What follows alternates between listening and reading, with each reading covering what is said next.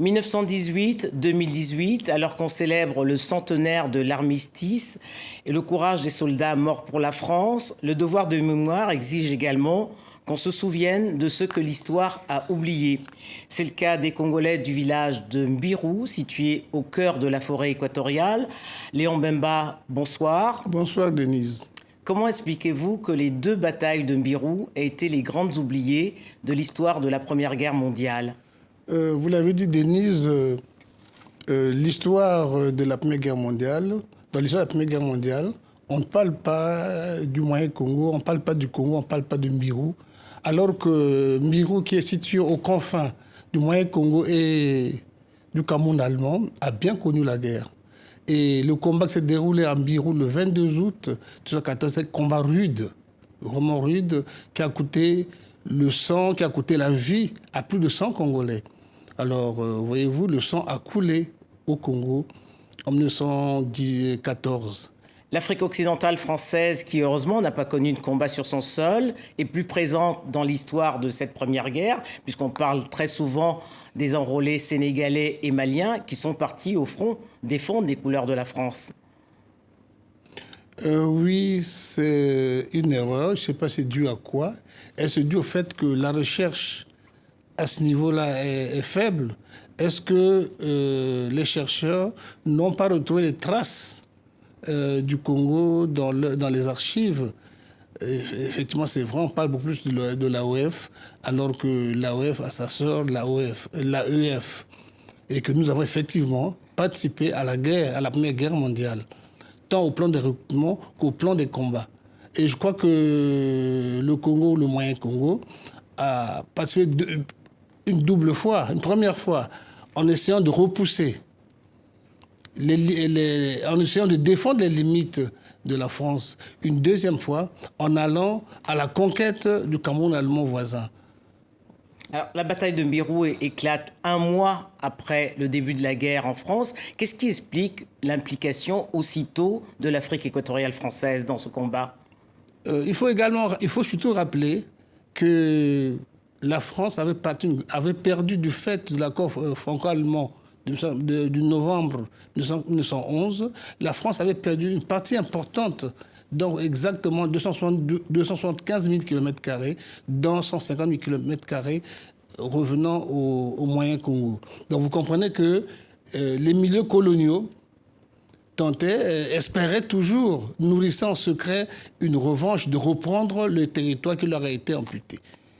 Alors, comme vous venez de le dire, la bataille a été décisive, puisqu'elle a permis aux troupes françaises de conquérir le Cameroun allemand et donc de réduire la présence de l'Allemagne au sein de l'AEF. C'est bien cela, mais on s'étonne que dans toute l'histoire de la Première Guerre mondiale, on n'en parle pas. En tout cas, moi, je n'ai pas entendu. J'ai suivi beaucoup d'émissions là.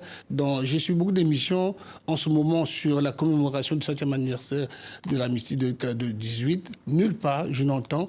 On ne parle pas du Congo ou du moins de l'AEF. On ne dit pas que le Congo a participé à défendre les limites de la France. Et c'est quand même étonnant. Je crois que c'est l'occasion de corriger cela. C'est l'occasion de dire que le Congo a participé à la Première Guerre mondiale et de la manière la plus forte. Le sang congolais a été versé. La manière la plus dure que le Congo... dans cette guerre, à l'occasion de cette guerre, il y a eu une solidarité africaine avec la France. Voyez-vous, les Congolais et les Français sont morts. C'est une solidarité forgée dans le sang. Et moi, on ne comprend pas toujours pourquoi on ne parle pas de l'AEF, on ne parle pas du Congo. On parle surtout de l'AOF. Oui, on ne parle surtout que de l'AEF, alors que Mbirou a connu la guerre, une guerre atroce, a connu une bataille. La bataille de Mbirou était vraiment atroce. Voyez-vous, nous avons perdu, les troupes françaises ont perdu plus de 100 indigènes et une vingtaine d'Européens, essentiellement des Français. Alors, Quand vous parlez de 100 indigènes, mais il faut aussi rappeler qu'il y avait non seulement les enrôlés, mais également les porteurs. Donc ce chiffre est peut-être plus élevé que ça. Bien entendu, il est beaucoup plus élevé si on va vraiment dans le fond des choses. Alors, toujours, nous ne comprenons pas que le Congo soit toujours oublié. Et je vous dis que Mais quelle est l'explication de l'historien que vous êtes? L'explication, je crois que c'est un oubli. Est-ce qu'il est volontaire? Est-ce que c'est parce que la France avait subi une défaite cuisante quand même? Parce que de tout le monde qui est des 200 ou 250 personnes parties au combat, il n'y a qu'un seul qui est revenu. Il n'y a eu qu'un seul survivant. Bon, je ne crois pas que ce soit aussi ça essentiellement. Est-ce que c'est parce qu'il n'y a pas assez de chercheurs que se penchent sur la question que les chercheurs travaillent sur la l'AOF? Moi, je connais un chercheur que j'ai beaucoup lu, Marc Michel. Il n'a parlé que de l'AEF, de l'AOF, de l'Afrique occidentale française. Lorsqu'il a parlé de l'AEF, c'était vraiment rapidement. Alors, c'est dû à la faiblesse des chercheurs et c'est dû... Pourtant, les documents existent, hein, les archives existent. Vous les avez retrouvés pour écrire ce livre. Les archives existent. Ah, il y en a, on trouve une foule de documents à Aix-en-Provence et également au château de Vincennes, au service historique de l'armée. Bon, ça ne s'explique pas vraiment. Scientifiquement, ça ne s'explique pas vraiment. Moi, je pense que c'est du fait que la défaite était cuisante que les Français n'ont pas voulu trop en parler. La défaite pour la première bataille, mais pas pour la seconde. Pour la seconde, non. La seconde, les forces françaises, les troupes françaises ont réussi à repousser les troupes allemandes. Les troupes allemandes jusqu'à reprendre tout le territoire allemand. La bataille de la conquête de la colonie allemande a duré 2 ans. Et au bout de 2 ans... C'est ce qui met d'ailleurs fin à la tutelle allemande sur le Cameroun. Exactement, c'est bien cela, oui. Donc au bout de 2 ans, si vous voulez, les colonies du groupe se sont partagées les lambeaux du Cameroun allemand. Et c'est comme ça que le Cameroun devient français. Français, si... Alors ce livre que vous avez écrit, Le Congo dans la Première Guerre mondiale, vient réparer une injustice, mais est-ce que l'histoire de Mbirou est connue des Congolais?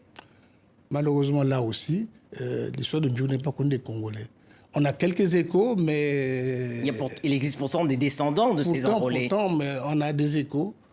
Il y a un roman qui a été écrit sur Mbirou, mais un roman, c'est romancé, hein, c'est grossi, mais aucun ouvrage scientifique, aucune œuvre scientifique n'a été jusque-là écrite. Donc, ça n'est pas enseigné. Mais ça, c'est notre propre fait, en réalité. Est-ce qu'on va réparer l'erreur? Je crois qu'on va réparer l'oubli là aussi. Il faut que nous enseignions notre histoire. Parce que la véritable histoire, c'est l'histoire qui a été faite par les peuples. Et là, les peuples de la Sangha ont fait l'histoire. Ils ont combattu courageusement. C'est des combattants très courageux qui ont défendu la France avec d'autres Français. Et cela mérite d'être souligné, d'être dit. Il faut absolument le rappeler à la mémoire collective, au monde, au Congo, que c'est une injustice de ne pas en parler. Alors, Mbirou a été effacé de la carte du Congo, hein, puisque aujourd'hui c'est un lieu dit au Congo. Quel hommage est rendu à ces enrôlés qui ont fait preuve de patriotisme? Bon, il faut dire qu'au tout dernier moment, on vient d'ériger une stèle en hommage à ces disparus de Mbirou. Mais voyez-vous, on ne parle pas des indigènes. Hein. On a les noms des Blancs, mais on n'a pas les noms des indigènes. On n'a pas les noms des indigènes. C'est encore... Il y a des descendants quand même de ces enrôlés. Tout de même. Il y a Vous avez pu retrouver, puisqu'il y en a une qui témoigne dans votre livre. Oui. Mais j'ai dit tout à l'heure qu'il y a même un roman qui est écrit, un récit romancé sur cette bataille de Mbirou. Alors, en 1918, c'est l'armistice. Que sait-on de l'effet de cette annonce au sein du Moyen Congo? C'est le nom que portait le Congo à l'époque, après l'annonce de la victoire, justement. Bon, pas grand-chose. On connaît beaucoup plus la Deuxième Guerre mondiale. La Première Guerre mondiale, on ne la connaît pas beaucoup. Mais ça nous revient. C'est pourquoi il faut absolument que nous faisons notre devoir, un devoir de mémoire, de rappeler à l'opinion nationale et internationale, de rappeler à la France et au monde, et pourquoi pas à nous-mêmes Congolais. C'est le sens du livre. Le sens du livre, oui, de rappeler qu'il y a eu une bataille à Mbirou, que le Congo a participé, et qu'aujourd'hui, qu'on n'en parle pas, ce n'est pas... Il faudrait rendre hommage à ces illustres inconnus. Oui. Alors, le Congo, le grand oublié de l'histoire de la Première Guerre mondiale, mais quelques années plus tard, on se souviendra que c'est au Congo que le général de Gaulle lance son appel en 1944, et la France, libre, était donc congolaise. Et vous l'avez dit, Denise, et l'importance du Congo se répète en 1944. Mais l'injustice est réparée, quasiment, puisqu'on reconnaît que la France libre était congolaise. Il faut le dire, oui. Il faut le dire que l'injustice est réparée, mais 14 n'est pas réparé. On n'en parle pas 14. Nous, on voudrait qu'on parle de 14. Il faudrait parler et de 14 et de 1944. 44, on en parle assez.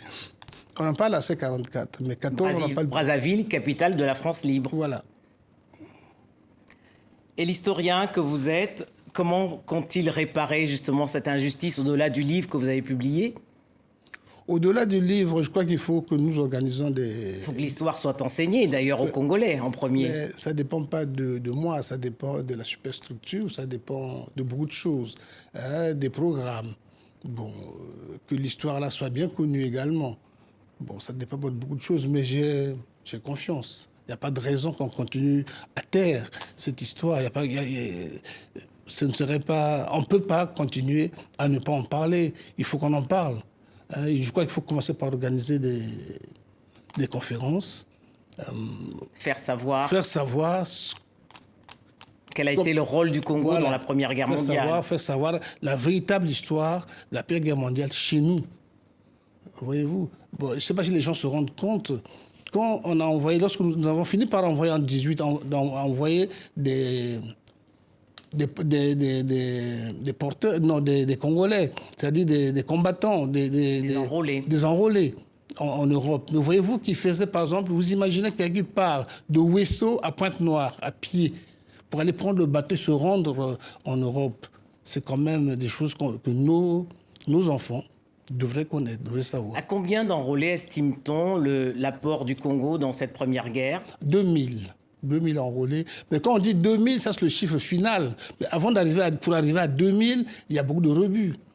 On enrôle beaucoup, enfin, on enrôle beaucoup, mais très peu sont gardés. Voyez-vous, quand vous faites Ouesso à Pointe-Noire à pied, combien tombent sur la route? Mais 2000, c'est ceux qui sont arrivés en Europe. Là aussi, c'est une histoire dramatique. Et la contribution totale de l'AEF a été de 14 000 enrôlés. 14 000 exactement, oui. Léon Bemba, merci. Merci beaucoup, Denise.